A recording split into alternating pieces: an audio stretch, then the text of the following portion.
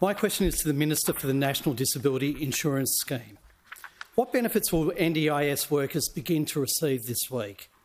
What are the risks of delaying the passage of Labor's legislation to reform the NDIS and ensure its ongoing sustainability? And what will be the cost to the Australian taxpayer?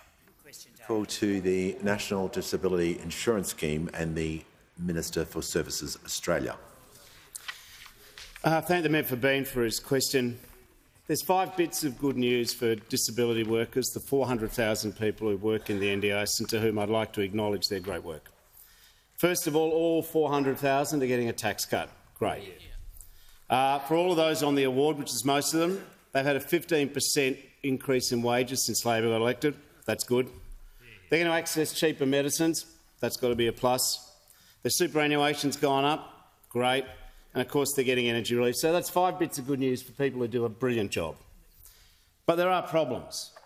There are problems about the sustainability of the scheme, which undermines all the good work all these good people do. Order. The Deputy Leader of the Opposition will cease interjecting. What we see is that I'll do it again the today. NDIS is growing, but it's growing too fast. And I know members of the opposition understand that. They just couldn't do anything about it, but they know that problem. Now, the issue is it is growing too fast. So Labor has some propositions to help restrain the rate of growth. We've got a bill in the parliament. The Senate's had it for 12 weeks. They've had it for 12 weeks. They've had it for 12 weeks.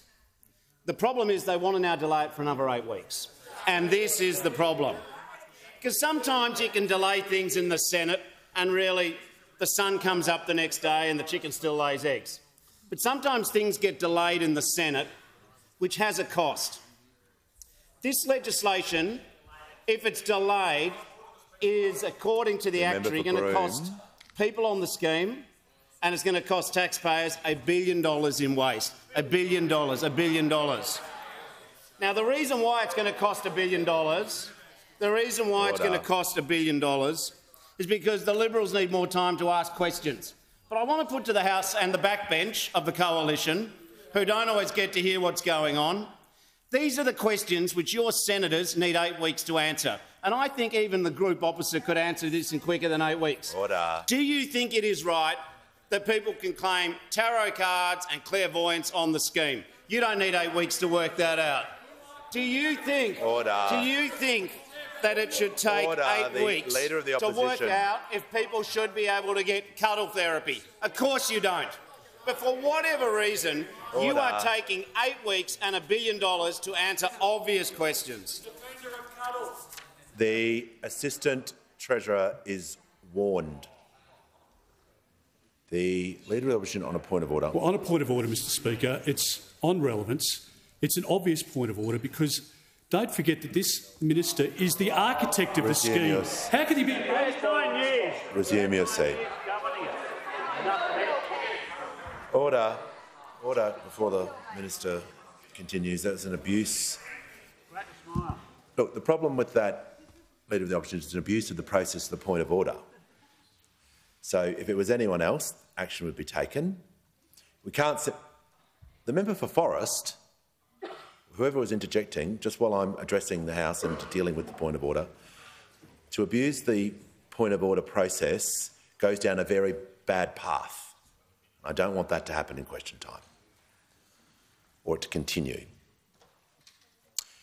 The Leader of the Opposition's raised his point of order. Order. The Leader of the Nationals, the Minister, has 26 seconds remaining. To be fair, I don't think cuddle therapy should be on the NDIS, but I think someone should give the Leader of an Opposition a cuddle after the week he's had.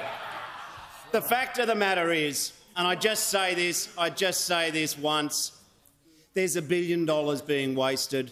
Participants on the scheme, 60,000 kids could get a year's support.